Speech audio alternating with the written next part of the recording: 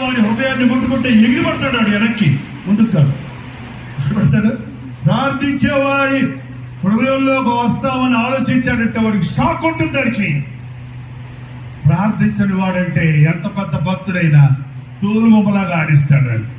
మనం ఎంత పాడినా, ఎంత ప్రసంగించినా, ఎన్ని కబుర్లు చెప్పినా దేవునితో వ్యక్తిగత సంబంధం లేకపోతే ప్రార్థనా శక్తి ఉండదు.